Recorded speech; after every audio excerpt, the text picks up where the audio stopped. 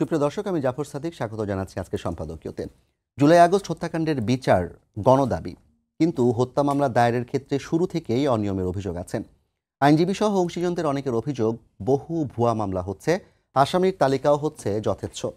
বিষয়টি স্বীকার করে আইন উপদেষ্টা নিজেও বলেছেন, মামলা হলেই প্রমাণ ছাড়া কাউকে হয়রানি করা যাবে না। অনেক ক্ষেত্রে মামলার বাদী নিজেই জানেন না আসামি কে বা কারা। আবার পুলিশের দেওয়া লিস্ট কিংবা পত্রিকায় পাওয়া নামের তালিকা ধরেও মামলা করার দাবি করছেন অনেক বাদী। অথচ এসব অনেক মামলায় আসামি হয়েছেন জুলাই আন্দোলনের সক্রিয় কিংবা তাদের পরিবারের সদস্যরাও। আবার ভুয়া মামলার অভিযোগে আটকও হয়েছেন বেশ কয়েকজন বাদী। তাহলে প্রশ্ন হচ্ছে, কারা কিভাবে এসব মামলা করছে, কিভাবে আসামির তালিকা ঠিক হচ্ছে? প্রাসঙ্গিক বিষয় নিয়ে আজকে সম্পাদকীয় বাদী জানে না আসামিকে। আর এ নিয়ে আলোচনার জন্য স্টুডিওতে উপস্থিত আছেন barrister Redwan Ahmed Ranjib, deputy attorney general, doctor Sakhawat Hossain Sayanth, সাধারণ সম্পাদক G9, এবং সারোয়ার তুষার, যুগ্ম আহ্বায়ক, জাতীয় নাগরিক পার্টি। দর্শক, আপনারাও এই আলোচনায় অংশ নিতে পারেন। এই জন্য আপনাদের ফোন করতে হবে টেলিভিশনে দেখানো নম্বর, এছাড়া ফেসবুকের মাধ্যমে আপনাদের মন্তব্য পাঠাতে পারেন। আলোচনার শুরুতেই জানিয়ে দেব এখনকার প্রধান শিরোনামগুলো। অপকর্মের জন্য নির্বাচনে দেরি কিংবা না হওয়ার পক্ষে কিছু মানুষ, মেনে নেবে না বিএনপি, হুঁশিয়ারি মির্জা ফখরুলের। ডিসেম্বরের মধ্যে ভোট চায় জামায়াত, বললেন আমি।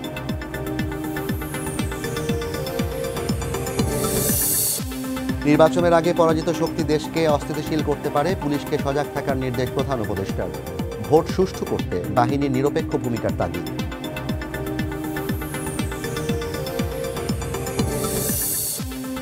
লন্ডন থেকে বেগম জিয়াকে দেশে ফেরাতে প্রস্তুত করা হচ্ছে এয়ার অ্যাম্বুলেন্স, জানালেন পররাষ্ট্র উপদেষ্টা। চিকিৎসা শেষে আসতে পারেন মের প্রথম সপ্তাহে।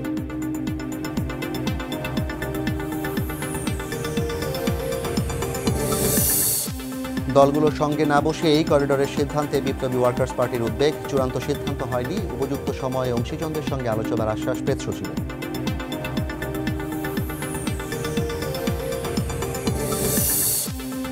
এবং IMF-এর কাছে $120 কোটি বাজেট সহায়তা চেয়েছে বাংলাদেশ। চতুর্থ পঞ্চম কিস্তি একসঙ্গে ছাড়ের আশা অর্থ উপদেষ্টার। শুল্ক ইস্যুতে চলছে নানা আলোচনা।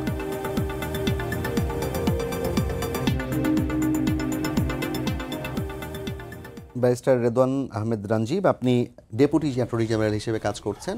আপনার সাথে সরকারের আইন কর্মকর্তা হিসেবে এক ধরনের সম্পর্ক আছে।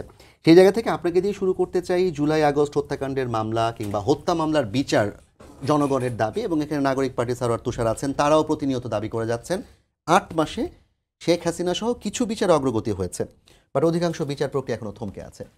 এর মধ্যেই যেই পরিমাণ মামলা হয়েছে এবং প্রত্যেকটা মামলার আসামির তালিকা এক, এবং সেই মামলার আসামিদের মধ্যে আমরা সম্প্রতি দেখলাম যে বেশ কয়েকটি গুরুত্বপূর্ণ মামলা হয়েছে, যেখানে শেখ হাসিনা থেকে শুরু করে তার মন্ত্রণালয়ের অধিকাংশ মন্ত্রী, এবং সবশেষ হচ্ছে অভিনয় শিল্পীদের অনেক কাজকে 17 জনকে হত্যা মামলা দেওয়া হয়েছে। গতকালকে ইরেশ জাকিরের বিরুদ্ধে হত্যা মামলা হয়েছে, এর আগে শাহরিয়ার নাজিম জয়ের বিরুদ্ধে হত্যা মামলা হয়েছে। এই মামলাগুলোর ক্ষেত্রে কিন্তু বাদীরা বলছেন তারা পুলিশের দেওয়া তালিকা দেখে কিংবা হচ্ছে পত্রিকায় দেওয়া অন্য মামলা তালিকা দেখে তারা মামলার আসামি ঠিক করেছেন। এই মামলাগুলোর ক্ষেত্রে আসলে ভবিষ্যৎ কি, এবং এটি কি জুলাই আগস্ট হত্যাকাণ্ডের বিচারকে আরো দুরূহ করে তুলবে কিনা? আসসালামু আলাইকুম, ধন্যবাদ আপনাকে একটি সময়োপযোগী প্রশ্ন জাতির সামনে আনার জন্য। আসলে আমাদের এই জুলাই আগস্ট এই গণ অভ্যুত্থানের সময় যে ঘটনাটি ঘটেছে, সেখানে তো প্রায় 1,500 মানুষ আসলে হত্যা হয়েছে। তো 1,500 মানুষ হত্যা হয়েছে এবং প্রায় 20,000 বা তারও অধিক বা 50,000 লোক বিভিন্নভাবে আহত হয়েছেন, চোখ হারিয়েছেন, পা হারিয়েছেন, হাত হারিয়েছেন। এখন আপনারা বলছেন যে মামলা হয়েছে, আসলে মামলার সংখ্যাটা কতটুক? মামলা হয়েছে টোটাল এই জুলাই আগস্টের ঘটনা নিয়ে 1499টি। এর মধ্যে হত্যা মামলা ছিল 599টি, আর অন্যান্য 900টি মামলা। আর এইসব মামলায় টোটাল আসামি হয়েছে 10,000 ব্যক্তির মতো। আচ্ছা, এখন এই মামলাগুলার তাহলে সংখ্যা হচ্ছে 1,500। হত্যা মামলায় আছে প্রায় 500-600, বাকিগুলো হচ্ছে অন্যান্য। তাহলে এই সংখ্যাটা কি আসলে খুব বেশি? আচ্ছা, দ্বিতীয় কথা আসতে পারে যে আজকের বিষয় আপনি করেছেন যে বাদী চেনে না আসামিকে। আমাদের দেশে যে সমস্ত অপরাধমূলক ঘটনাগুলি ঘটে, সেখানে কি বাদী সবসময় সকল আসামিকে চিনতে পারেন? এটা কি বাদীর পক্ষে সম্ভব? এটা একটা মানে ইম্পসিবল ব্যাপার। বাসায় যখন ডাকাতি হয়, ছিনতাই হয় যখন রাস্তায়, তখন কি মানুষ কাউকে, বা চুরি হয় যখন কেউ কি কাউকে, বা হত্যা মামলাও যখন হয়, হত্যার ঘটনাও যখন ঘটে, তখন কি বাদী কি আসামিদেরকে চিনতে পারে? সবসময় তো চিনতে পারে না।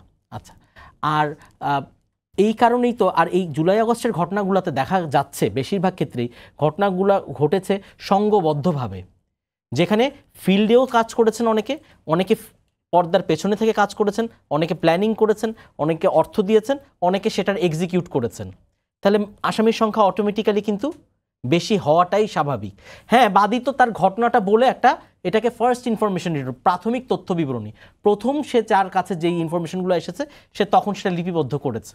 এখন এটা আইন শৃঙ্খলা রক্ষাকারী বাহিনীর দায়িত্ব, পিবিআই বা সিআইডি বা পুলিশ যারা আছেন তারা এখন এটাকে ইনভেস্টিগেট করে দেখবেন যে আসলে এই ঘটনাগুলোর সাথে কারা কারা আসলে জড়িত ছিলেন, কে প্ল্যান করেছেন, কে অর্থ দিয়েছেন, কে নির্দেশ দিয়েছেন, এবং কে আলটিমেটলি ওই গুলিটা করেছেন বা মারপিট করে আহত করেছেন, নিহত করেছেন।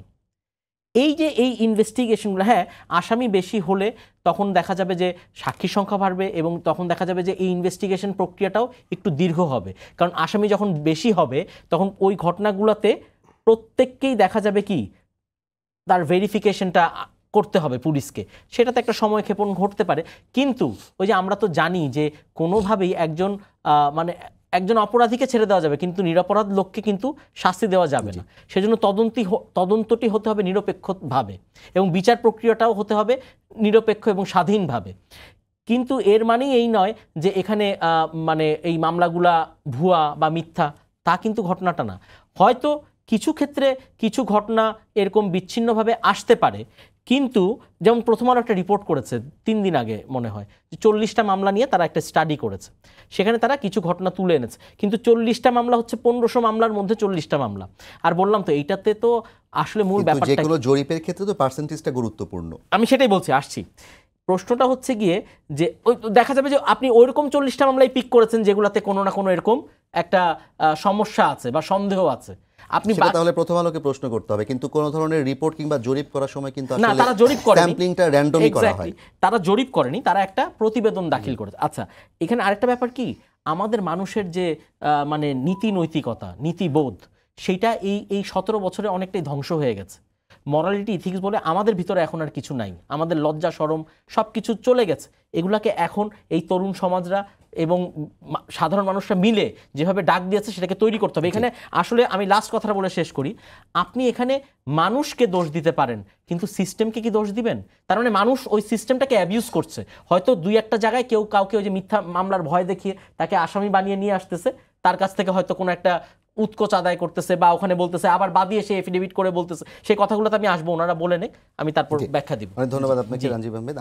ডক্টর সাখাওয়াত হোসেন শান্ত, আপনাকে যে বিষয়টা নিয়ে আমি কথা বলতে চাই, এই ধরনের মামলাগুলো খুব গুরুত্বপূর্ণ, কারণ এই মামলার মধ্যে যারা আসামি তাদেরকে জিজ্ঞাসাবাদের মাধ্যমে প্রকৃত আসামিকে হয়তো খুঁজে বের করা সম্ভব। বিশেষ করে আমরা কিন্তু মামলাগুলোর ক্ষেত্রে, যেটা এক্সিকিউশনের কথা বললেন রাঞ্জিব ভাই, এক্সিকিউটরদের নাম কিন্তু আমরা আসলে তালিকাতে পাই না, কারণ এক্সিকিউটরকে অনেকেই হয়তো চিনেন না। বাট প্রশ্ন হচ্ছে, শাহরিয়ার নাজিম জয়, ইরেশ জাকের কিংবা বাঁধন, এদেরকে হত্যা মামলা কিংবা হত্যা চেষ্টা মামলা দেওয়ার মাধ্যমে কি তাদের এক ধরনের সুযোগ তৈরি করে দেওয়া হচ্ছে যে তারা আসলে জড়িত না এবং অন্য মামলাগুলো ভুয়া, এরকম একটা বলার? জি, আপনাকে ধন্যবাদ এবং দুজন আলোচক যারা আছেন এবং যারা শুনছেন সবার জন্য শুভেচ্ছা রইল। আসলে এই মুহূর্তে এই ভুয়া মামলা বলেন বা অন্যায্য মামলা, অন্যায় মামলা যা বলেন, এটা নিয়ে যে আলোচনা, এটা একেবারেই নন ইস্যুকে ইস্যু করার একটা পায়তারা ছাড়া কিছু নয়। কিন্তু যখন আইন উপদেষ্টা কথা আমি বলেন, বলছি, আমাকে শেষ করতে দেন। সংস্কৃতি উপদেষ্টা কথা বলেন, আমি জানি সেই উপদেষ্টাদের আপনারা প্রশ্ন করে বলান, বিরক্ত করে। কারণ কিছু কিছু সাংবাদিক, কিছু কিছু সংবাদ মাধ্যমের তাদের বিশেষ এজেন্ডা নিয়ে এটা তারা আনে। যেই সংবাদ মাধ্যমগুলো বা যেই সাংবাদিকরা আজকে এই প্রশ্ন করছেন, তারা প্যারালাল করবার চেষ্টা করছেন এইভাবে যে আওয়ামী লীগ আমলে ভুয়া মামলা হতো, এখনও ভুয়া মামলা হয়, তাহলে ওই যে এক বিশেষ শ্রেণী, আমরা কি এই স্বাধীনতা চেয়েছিলাম, ওই রকম প্যারালাল একটা করার জন্য, আওয়ামী লীগের শাস্তিকে লঘু করবার জন্য এই বিষয়টাকে সামনে আনে। আমি ব্যক্তিগতভাবে মনে করি যেটা ভুয়া মামলা হচ্ছে, অন্যায় হচ্ছে, এটা একেবারেই অনাকাঙ্ক্ষিত। কিন্তু আপনি হঠাৎ বাংলাদেশকে ফেরেস্তার দেশ মনে করছেন কেন? এই যে আজকে প্রথম আলোর প্রসঙ্গ তুললেন না, এই প্রথম আলোয় 2018 সালের সেপ্টেম্বরে এক ভয়ঙ্কর সেপ্টেম্বর শিরোনামে এক রিপোর্ট করেছিল। সেখানে বলছিল এক মাসেই 578টি নাশকতার মামলা, পুলিশের ওপর 90টি মামলার তথ্য। এত সন্ত্রাস, তবু নগর ছিল শান্ত, জীবনযাত্রা ছিল একদম স্বাভাবিক, বিএনপির নেতাকর্মীরা আসামিদের ধরতে বিশেষ অভিযান। এই যে কথাটা, যে এক মাসে শুধু ঢাকা শহরে নাশকতার অভিযোগে পুলিশ বাদী হয়ে 578টা মামলা করেছিল বিএনপি জামায়াতের নেতাকর্মীদের বিরুদ্ধে, এগুলো তো সরকারি ভুয়া মামলা। এই যে 17-16 বছরে বিএনপির বিরুদ্ধে যে 1.5 লাখ মামলা হলো শুধু বিএনপির নেতাকর্মীর বিরুদ্ধে, এবং 40 লাখ আসামি করা হলো, বলা হয় এর মধ্যে অলমোস্ট অল ভুয়া মামলা ছিল। এখন এরকম জামায়াতের বিরুদ্ধে তো বেসুমার মামলা, ভুয়া মামলা। সাধারণ মানুষের বিরুদ্ধে যাকেই আপনি মনে করেন আপনি এই ফ্যাসিবাদের জন্য থ্রেট মনে করেছে, তাকেই মামলার জালে ফাঁসিয়েছে। না, যে সাংবাদিকদের কথা বললেন, সাংবাদিকদের বিরুদ্ধে এখন আমি বলছি এই মামলাগুলো যে এক সময় তুলে ধরা হতো, কিন্তু যারা আওয়ামী লীগের এই যে অপকর্মকে লঘু করে দেখিয়ে বর্তমান সরকারকেও তাদের মতোই চলছে বলতে চায়, তাদেরকে তো আগে ভাবা দরকার যে আগে সরকারের নির্দেশে পুলিশ এই মামলা দিত। এখন কি পুলিশ ভুয়া মামলা দিচ্ছে? না তো। এখন সাধারণ মানুষ যারা 16 বছর ধরে নানান নিপীড়নের শিকার, হামলা, গুম, নিপীড়ন, নানানভাবে অপদস্থ হওয়া, বাড়ি থেকে উচ্ছেদ করা, জমি দখল করা, দোকান দখল করা, তার রুটি রুজির পথ বন্ধ করা, তার রাজনৈতিক কর্মসূচিতে যাওয়ার অপরাধে তার স্বাভাবিক জীবনযাপন ব্যাহত করা, এইসব অসংখ্য অপরাধ 16 বছর করার পরে সর্বশেষ একটা গণহত্যা চালিয়ে গুলি চালিয়েছে। সুতরাং এইসব সাধারণ মানুষের মধ্যে যে রাগ ক্ষোভ, সেই রাগ ক্ষোভের বহিঃপ্রকাশ হিসেবে আগে দেশে ভুয়া মামলার চল ছিল, তার ধারাবাহিকতায় কিছু মামলায় এরকম ভুয়া আসামি ঢুকে যেতে পারা অস্বাভাবিক না, সেটা অন্যায় হচ্ছে। এবং অবশ্যই সেটা যখন পুলিশ তদন্ত করবে তখন বেরিয়ে আসবে সত্যিকার অপরাধী কারা এবং কারাদেরকে বিনা দোষে আসামি করা হয়েছে তারা বাদ যাবে। এবং এই ভুয়া মামলা যাতে না করা হয় সে ব্যাপারে দেশের বৃহত্তম রাজনৈতিক দল বিএনপি, জামায়াত ইসলামী সহ বিভিন্ন রাজনৈতিক দল, গণঅভ্যুত্থানের পক্ষের শক্তি যাদের রাজনৈতিক নেতাকর্মীরা মামলা দিচ্ছে, তারা বারবার সতর্ক করেছে কারণ আমি মিথ্যা ভুয়া মামলা না দেওয়ার জন্য। প্রশাসন থেকে আপনার এই যে একটা মামলা নিয়ে গেলে থানায়, তার যে একটা যাচাই বাছাই করে প্রাথমিক তদন্ত করে যে মামলা নেওয়ার যে বিষয়, হঠাৎ করে এই গণহত্যার পরে যে শত শত মামলার যে ভিড়, সেই সময় পুলিশের মধ্যে অনেকে পলাতক, অনেকে তাদের কার্যক্রমে শিথিল, অনেকে কোনো রকম চাকরি বাঁচানোর জন্য অফিসে আসার একটা বিশেষ মুহূর্ত পার করছে। সেই অবস্থায় এই পুলিশের পক্ষে সম্ভব ছিল না যে এটা যাচাই বাছাই করে সত্যিকার অর্থে এরা অপরাধ করেছে কিনা প্রাথমিক তদন্ত একটা করে তারপরে মামলা এজাহারভুক্ত করা। সেই পরিবেশ এটা ছিল না। একটা বিশেষ মুহূর্তের সময়কে দিয়ে আপনি কিছু ভুয়া আসামি এরকম করছে। কিন্তু এটাও সত্য, আমি মনে করি যে যাদেরকে আসামি করা হচ্ছে এরা কেউই দুধে ধোয়া তুলসী পাতা না। 16 বছরে তাদের নানান অপকর্মের ফিরিস্তি আমরা জানি। আমার কথা হচ্ছে সত্যিকার যেই অপরাধ যে করেছে সেই অপরাধে তার বিরুদ্ধে মামলা হইলেই এই ফ্যাসিবাদ এবং তাদের দোসররা কেউ মামলার বাইরে থাকে না। কিন্তু সেটা সময় সাপেক্ষ, রাগ ক্ষোভ থেকে হঠাৎ করে কেউ হয়তো যে অপরাধটা তিনি করেননি সেখানেও ওই রাগ ক্ষোভের বহিঃপ্রকাশ হিসেবে তার নামটা ঢুকিয়ে দিয়েছেন। এটা অনুচিত হয়েছে, কিন্তু তার মানে এই নয় যে এটা আপনাকে বড় করে প্রচার করে উপদেষ্টাদের প্রশ্ন করে সংবাদ মাধ্যমে আলোচনায় আনে এটাকে বড় করে দেখিয়ে আপনার প্রকারান্তরে ভেতরের যেই জ্বালা আপনার প্রিয় দলের সেই ফ্যাসিবাদের বিরুদ্ধে যে অভিযোগ সেটাকে হালকা করবার প্রয়াস যদি কেউ করে থাকে, তাদেরও এটা করা অনৈতিক হচ্ছে, অন্যায় হচ্ছে এবং ঝুঁকিপূর্ণ হচ্ছে। কারণ 16 বছর ধরে এই সংবাদ মাধ্যমের কোন কোন অংশের কারা কারা ফ্যাসিবাদের দালাল ছিল, তারা সরকারি সুবিধাভোগী হয়ে এই বিরোধী দলের উপর মামলাকে, আক্রমণকে জায়েজ করেছে, কারা বেশি উন্নয়ন কম গণতন্ত্রের প্রবক্তা ছিল, কারা কারা এই সংবাদ মাধ্যমে সেই সব টকশোতে সে গুম খুনকে জাস্টিফাই করেছে কেন গুম খুন হচ্ছে কিংবা অস্বীকার করেছে হয়নি, কারা কারা আয়নাঘরের কথা আমরা বললে সেটা উপহাস করেছে, উড়িয়ে দিয়েছে, সেটা তো আমাদের চোখের সামনে ঘটেছে।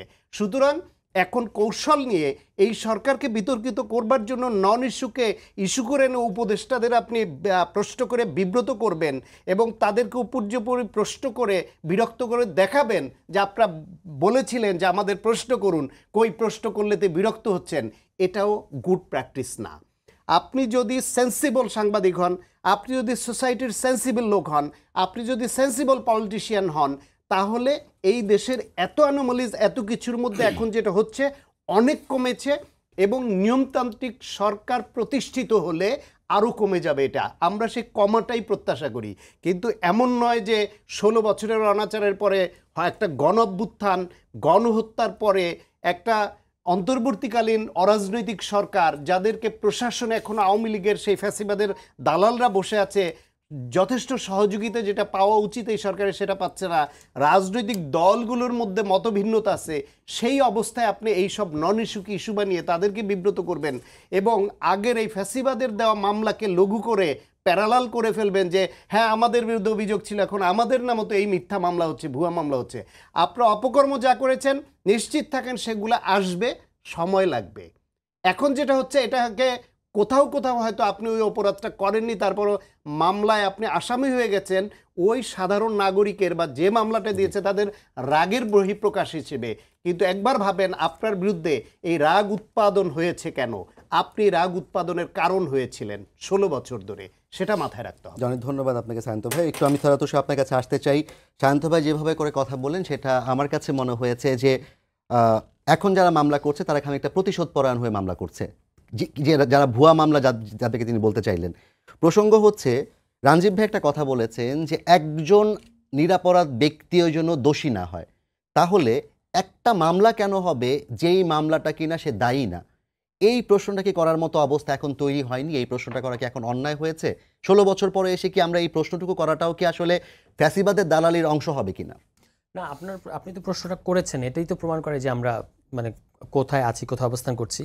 এবং যেটা সায়ন্ত ভাই বলেছেন আমি আরেকবার একটু বলি যে আজকেও আইন মন্ত্রণালয়ের তরফ থেকে এই সমস্ত ঘটনায় উদ্বেগ প্রকাশ করা হয়েছে। আপনি সিগনিফিকেন্ট পার্থক্যটা বোঝার চেষ্টা করতে হবে আমাদেরকে, যে আমরা যদি 16 বছরে কিভাবে আওয়ামী লীগ মামলা আইনি এবং বেআইনি পথে সমস্ত বিরোধী মতকে দমন করেছে, এটা তো আমরা সবাই জানি, ওগুলোর ফিরিস্তি দেওয়ার কিছু নাই। কিন্তু এখন ভুয়া মামলা হচ্ছে, মামলা বাণিজ্য হচ্ছে, এটা এখন একটা পরিস্থিতি তৈরি হয়েছে, অনেকে এটা অপব্যবহার করছে। কিছু কিছু ক্ষেত্রে স্থানীয় প্রশাসন বিশেষত পুলিশেরও জড়িত থাকার অভিযোগ পাওয়া যাচ্ছে, আবার অনেক ক্ষেত্রে পুলিশ জড়িতও নেয়, একচেটিয়া দোষও দেওয়া যাবে না। কিন্তু যেটা গুরুত্বপূর্ণ সেটা হচ্ছে স্বরাষ্ট্র মন্ত্রণালয়ে ভুয়া মামলা কোয়াশ করার জন্য আলাদা করে তার টিম আছে। আইন মন্ত্রণালয়ে আজকে যেমন ধরেন আমাদের আইন উপদেষ্টা তিনি বলেছেন যে বাংলাদেশে তো মামলা করার ক্ষেত্রে কোনো বাধা নাই, মামলা করতে আপনি চাইলেই করতে পারবেন। এবং আইজিপিও বলেছেন যে কেউ মামলা করতে এলে তাৎক্ষণিকভাবে সত্য মিথ্যা যাচাইয়ের সুযোগ নাই। তাহলে এখন যেটা এখনকার পরিস্থিতি হচ্ছে যে যেহেতু স্বরাষ্ট্র মন্ত্রণালয়ের ভুয়া মামলা শনাক্ত করার তারা একটা প্রক্রিয়া তৈরি করেছে, তাহলে মামলাগুলো সঠিক কি ভুয়া সেটা সে খুব সহজেই আমি মনে করি যেটা যাচাই করা যাবে। যদিও অনেক মামলা সময় লাগবে, কিন্তু আমি মনে করি না যে যেহেতু নির্দেশনা আছে যারা ভুয়া মামলার শিকার এবং অযথা যাদেরকে এই মামলায় ফাঁসানো হচ্ছে তাদেরকে গ্রেফতার করা হবে না, ন্যূনতম সংশ্লিষ্টতার প্রমাণ থাকলেই ফাঁসানো তাকে গ্রেফতার করা হবে বা আটক করা হবে, এই ধরনের নির্দেশনা দেওয়া আছে। ফলে এইসব মামলায় খুব একটা কেউ হয়রানি হবে আমি এরকম মনে করি না। এবং চাইলে আইন মন্ত্রণালয় এবং স্বরাষ্ট্র মন্ত্রণালয় যৌথভাবে এটাও করতে পারে যে এই ভুয়া মামলা যদি প্রমাণিত হয় তাহলে বাদীর বিরুদ্ধে বা যিনি মামলা করছেন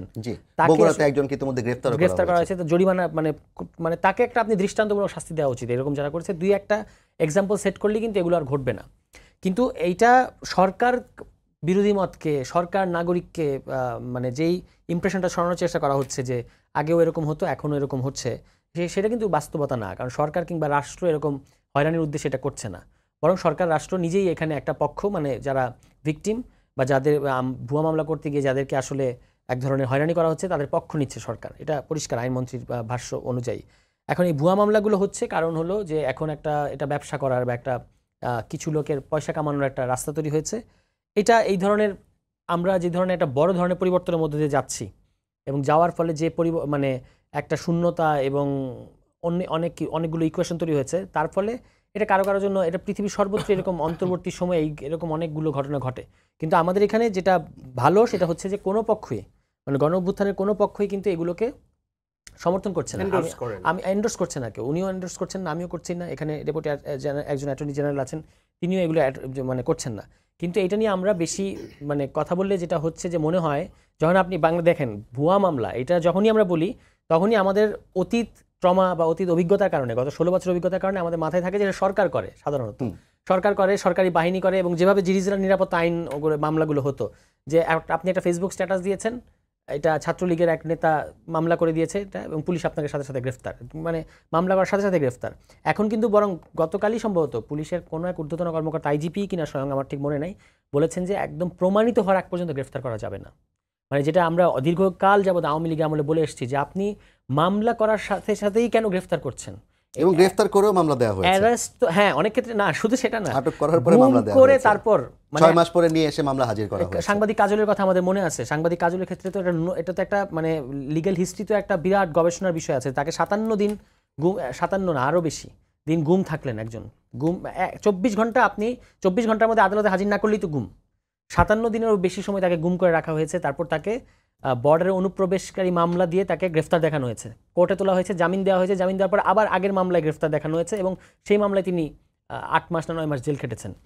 আইন বেআইন সব মিলে এমন একটা পরিস্থিতি, মানে পুরো লিগ্যাল অ্যাপারেটাসটা এবং অন্যান্য বল প্রয়োগের অ্যাপারেটাস ব্যবহার করা হয়েছে বিরোধী মত দমন করার জন্য। এবং ওনার অপরাধ কী ছিল, উনি একটা মানে একজন এমপির বিরুদ্ধে নিউজ করেছিলেন। তাহলে সেই পরিস্থিতির তুলনায় আমরা এখন তো অন্য জায়গায় আছি। এখন আমরা যেটা আওয়ামী লীগ আমলে বলতাম যে arrest will be the last resort, মানে আপনি শেষ, যদি এমন কোনো বিশেষ মামলার ক্ষেত্রে এমন আপনার মনে করার কারণ থাকে যে তাকে গ্রেফতার না করলে মামলার প্রক্রিয়াটা প্রভাবিত হবে, সেই ক্ষেত্রে আপনি তাকে মামলা করার সাথে সাথে গ্রেফতার করতে পারেন। অন্যান্য সকল ক্ষেত্রে কিন্তু অভিযোগ প্রাইমারিলি প্রমাণিত হওয়ার পরে গ্রেফতার করতে হবে, এটাই নিয়ম। এখানে অ্যাটর্নি জেনারেল সাহেব আছেন, ডেপুটি অ্যাটর্নি জেনারেল সাহেব, তিনি বলবেন আমি ভুল বললে। এখন কিন্তু আমি দেখতে পাচ্ছি যে পুলিশের তরফ, মানে ঊর্ধ্বতন তরফ থেকে, মন্ত্রণালয়ের তরফ থেকে এই কথাগুলি বলা হচ্ছে। ফলে আমরা যে সংস্কারের কথা বলি, বাংলাদেশকে একটা রাষ্ট্রকে একটা নিরপেক্ষ জায়গায় এবং জাস্টিস ডেলিভারিং একটা জায়গায় দেখতে চাই, সেই কথাগুলো কিন্তু অল্প বিস্তর হলেও আসছে, এবং এটা ভীষণ মানে গত 16 বছরের হিস্ট্রির সাথে তুলনা করলে একটা ভীষণ আশাপ্রদ জায়গায় আমরা আছি। মামলা যারা করছে তাদেরকে আসলে শাস্তির আওতায় আনতে হবে, এটা শনাক্ত করা সম্ভব যেগুলো ভুয়া মামলা দেওয়া হয়েছে। আর আমি জানি না আরও মানে প্রাথমিকভাবে আপনি যদিও বললেন যে পুলিশের কাছে আসলে ওইটা প্রাথমিকভাবে সত্য মিথ্যা যাচাই করার মতো থাকে না, এটা আইজিবি বলেছেন, কিন্তু আমি মনে করি পুলিশের এটা থাকা উচিত।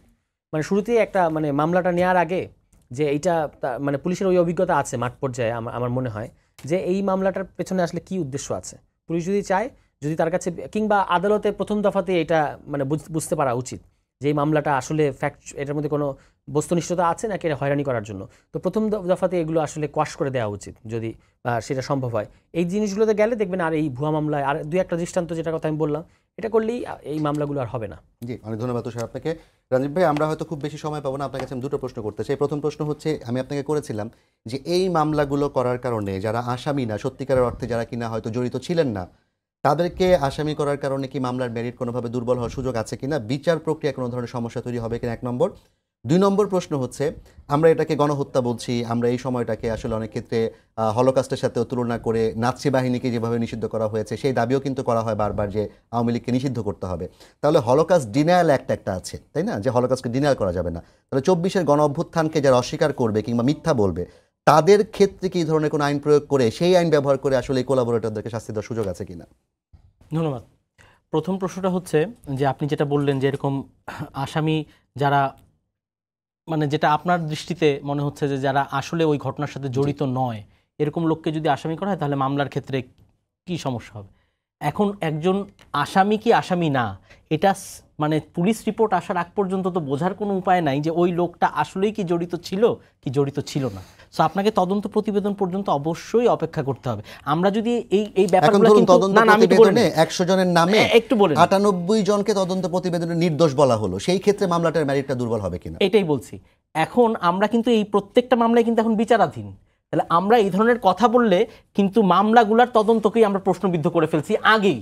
মানে মামলার তদন্ত প্রক্রিয়া থাকা অবস্থাতে আমরা আগে থেকেই বলতেছি এই আসামি ঠিক না, এই আসামি ঠিক না, তাহলে পুলিশই বা কিভাবে নিরপেক্ষভাবে তদন্ত কার্যক্রমটা পরিচালনা করবে, সেটাও তো একটা বড় প্রশ্ন হয়ে দাঁড়ায়। এই বাদীরা যে মামলাটা করেছেন তারা আমাকে, আমি তো দেখালাম যে আমরা তো আইনের লোক না, আমাকে একটা জিনিস বলেন, যেমন শাহরিয়ার নাজিম জয় অথবা ইরেশ জাকের, তাকে যদি হত্যা মামলা দেয়া হয়, এখন সেই দিনটাতে সেই জায়গায় সে উপস্থিত না থাকলে সেটা প্রমাণিত আমাদের কাছে না, সেটা আপনার কাছে প্রমাণিত হলে হবে না, তো এটা তো আইনগতভাবে প্রমাণিত হতে হবে।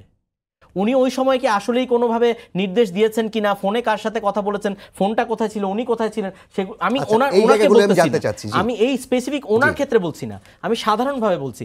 আমি এখানে XYZ কোনো ব্যক্তিকে, আপনি যখন একটা ব্যক্তিকে আলাদা করে ফেলবেন তাহলে তো আপনি ডিসক্রিমিনেট করছেন, আচ্ছা। আপনি তো ক্লাস ডিভাইড করছেন যে ও শাহরিয়ার নাজিম উনি আমার আপনি তাকে পরিচিত। ফেরেশতা ভাবছেন। হ্যাঁ, না, আমি উনি ফেরেশতা আমার ভাবছি না, পরিচিত। কিন্তু হতে পারে। হত্যা মামলা যখন দেয়া হয়, হত্যা মামলার ক্ষেত্রে কি মানে আদেশ দেওয়ার ক্ষেত্রেও আসলে সে জড়িত হবে এরকম জানতে চাচ্ছি, এবং মানুষকে একটু জানাবেন এই জন্যই আমি জানাতে চাচ্ছি, এই সমস্ত কারণেই তো সরকার, যেটি ওই ভাই বললেন যে পরিপত্রগুলো জারি করছে কেন, সরকার তো আরো 7 মাস আগেই বলেছে যে মামলা মানেই গ্রেফতার নয়।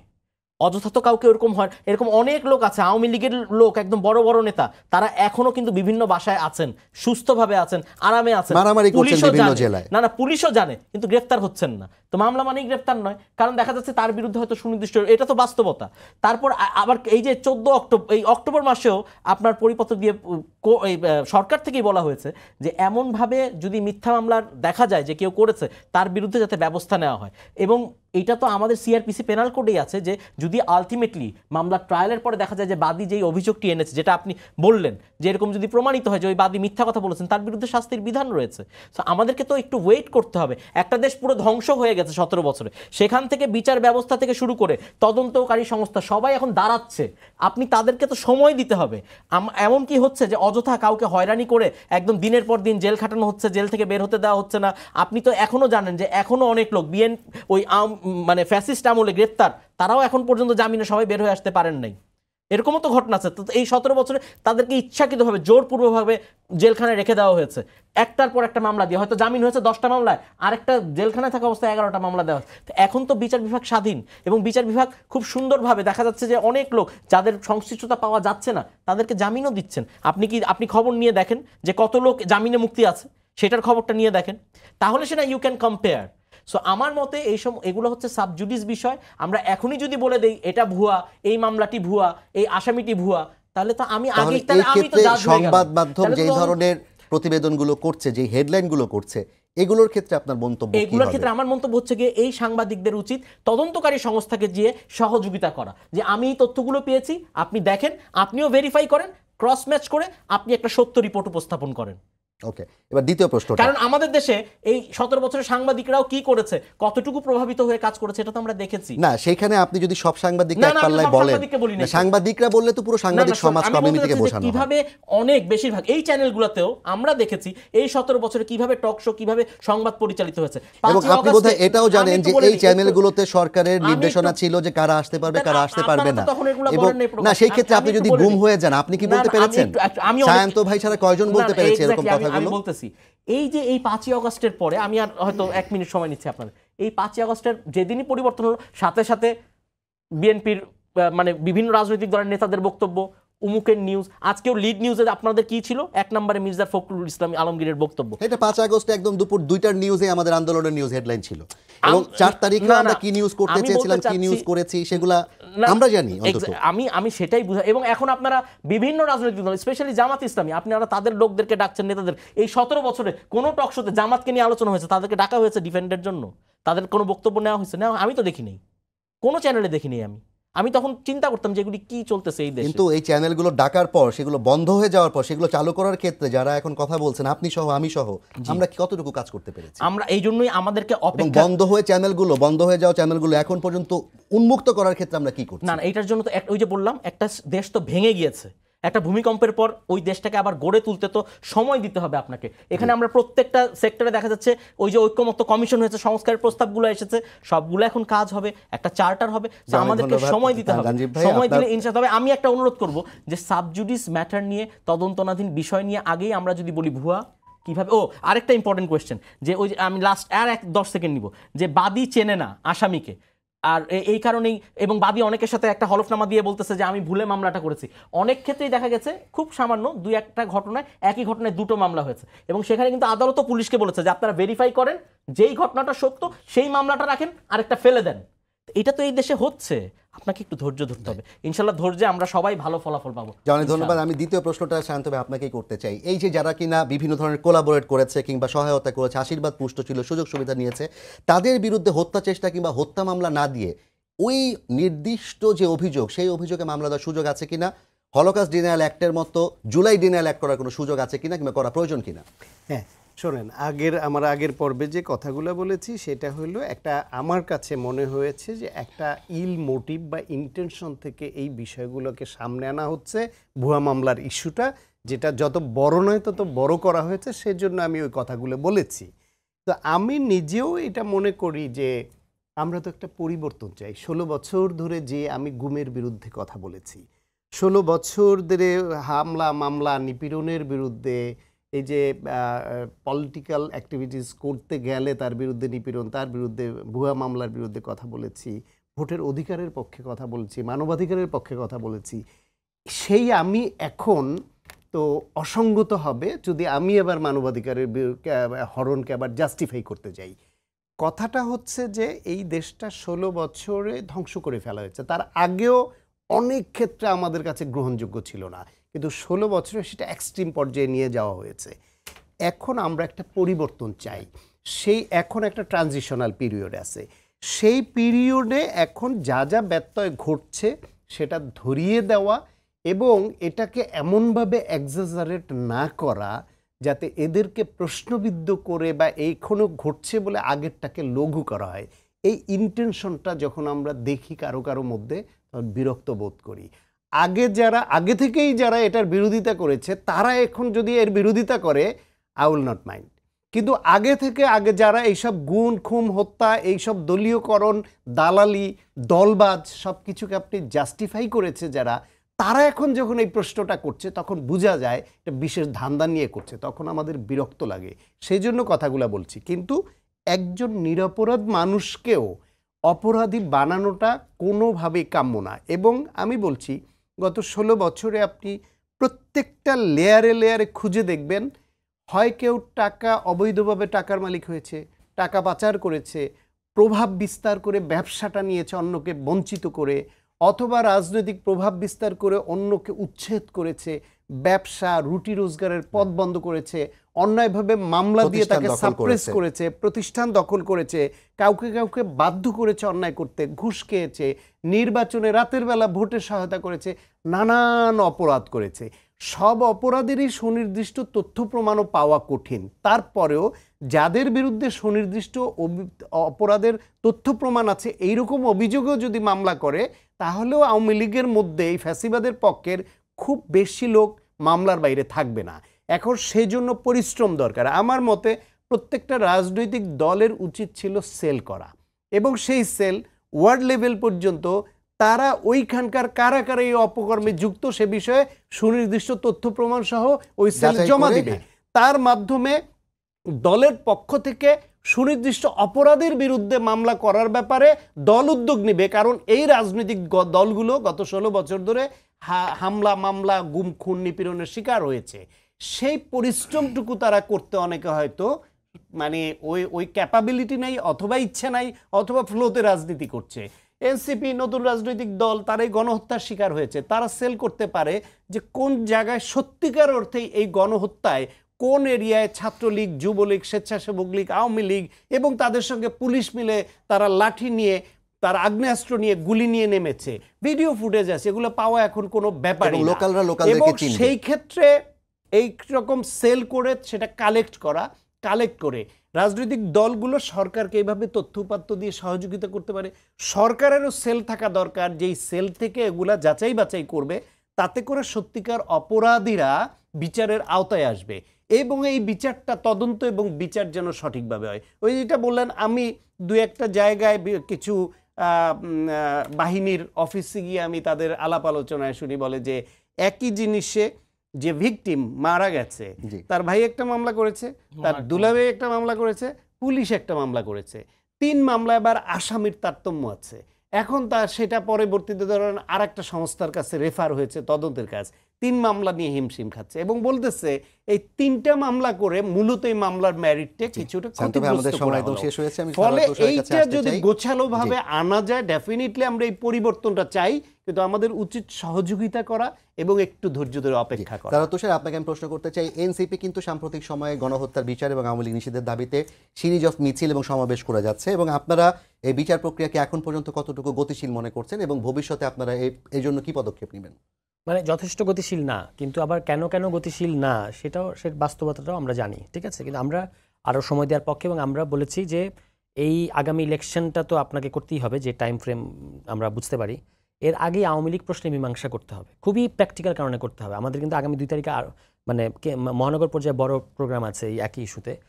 কেন এই আপনি আওয়ামী লীগ প্রশ্নটা, যেমন গত কবে আল জাজিরার একটা সাক্ষাৎকারে প্রধান উপদেষ্টা যেটা বলেছেন, আমরা খুবই হতবাক হয়েছি যে আওয়ামী লীগ কি সিদ্ধান্ত নিতে হবে, আওয়ামী লীগ কী করবে। এই ল্যাঙ্গুয়েজ এটা আমরা মানে প্রত্যাশা করি না। কেন? কারণ খুব এথিক্যাল পলিটিক্যাল কারণ বাদ দেন, একদম প্র্যাকটিক্যাল কারণ হচ্ছে, যদি আওয়ামী লীগ আগামী ইলেকশনে অংশগ্রহণ করে আওয়ামী লীগ হিসেবে, তাহলে পুলিশ এবং স্থানীয় প্রশাসন আওয়ামী লীগকে প্রোটেক্ট করতে স্পেস দিতে বাধ্য। কারণ আপনি তো সেটা একটা ইলেকশনে করা দল, এবং যদি সে না দেয়, সে আসলে বৈশ্বিকভাবে যারা অবজার্ভার আছে ইলেকশনে তাদের কাছে সে বিতর্কিত হবে। তো এখন জনগণের যে ক্ষোভ আছে আওয়ামী লীগের উপরে, এনসিপির যে ক্ষোভ আছে, বিএনপির যে ক্ষোভ আছে, জামাত ইসলামী সহ সাধারণ জনগণের যে ক্ষোভ আওয়ামী লীগের উপর, ন্যায্য যে ক্ষোভটা আছে, তো স্বাভাবিকভাবে এখানে তো একটা মানে রক্তারক্তি পরিস্থিতি তৈরি হবে। তখন পুলিশ তো আওয়ামী লীগকে প্রোটেক্ট করা ছাড়া কোনো উপায় থাকবে না। তখন কি আপনি এই পুলিশকে কিছু বলতে পারবেন? মানে তখন তো আমরা বলতে পারবো না যে পুলিশ আওয়ামী লীগকে প্রোটেক্ট করছে, যদি ইলেকশনে আসে। আমি সেটার কথা বলছি। এই কারণে আমরা বলেছি যে ইলেকশনের আগে আওয়ামী লীগ প্রশ্নের সেটেল করতে হবে। হ্যাঁ, অন্য যাই হোক, আওয়ামী লীগ প্রশ্নে সেটেল না করে আপনি সেই ক্ষেত্রে বিদ্যমান আইনেই সেটি করা সম্ভব নাকি নতুন কোন আইন প্রত্যাশা করছেন? দেখেন, এখানে আইন উপদেষ্টা বলেছেন যে রাজনৈতিক ঐক্যমত্য হলে সবই সম্ভব। আমরা যদি সব রাজনৈতিক দল যদি আমরা এনসিপি আমাদের জায়গা থেকে আমরা অবস্থান পরিষ্কার করছি আওয়ামী লীগ প্রশ্নে। আমরা কি চাই আমরা কিন্তু বলেছি, নিবন্ধন বাতিল, বিচার হওয়া পর্যন্ত রাজনৈতিক কর্মকাণ্ড নিষিদ্ধ ইত্যাদি। প্রত্যেক দলকেই তার অবস্থান পরিষ্কার করতে হবে। তাই এটা সিম্পল। এবং শুধু সেটা না, এই যে সংস্কারে জাতীয় ঐক্যমত্য কমিশনের সাথে গিয়ে আমরা বসছি, রাজনৈতিক দলগুলো পরস্পরের সাথে বসতে পারে। অনেক ধন্যবাদ। ধন্যবাদ ডক্টর সাখাওয়াত হোসেন। আমাদের প্রত্যাশা হচ্ছে বাংলাদেশকে আমরা যেরকম দেখতে চাই সেরকম একটি বাংলাদেশ আমরা অদূর ভবিষ্যতে পেতে যাচ্ছি। সবাইকে ধন্যবাদ জানিয়ে শেষ করছি আজকের সম্পাদকীয়। আগামীকাল আবারও দেখা হবে রাত 10টায়। দেখার আমন্ত্রণ রইল। শুভরাত্রি।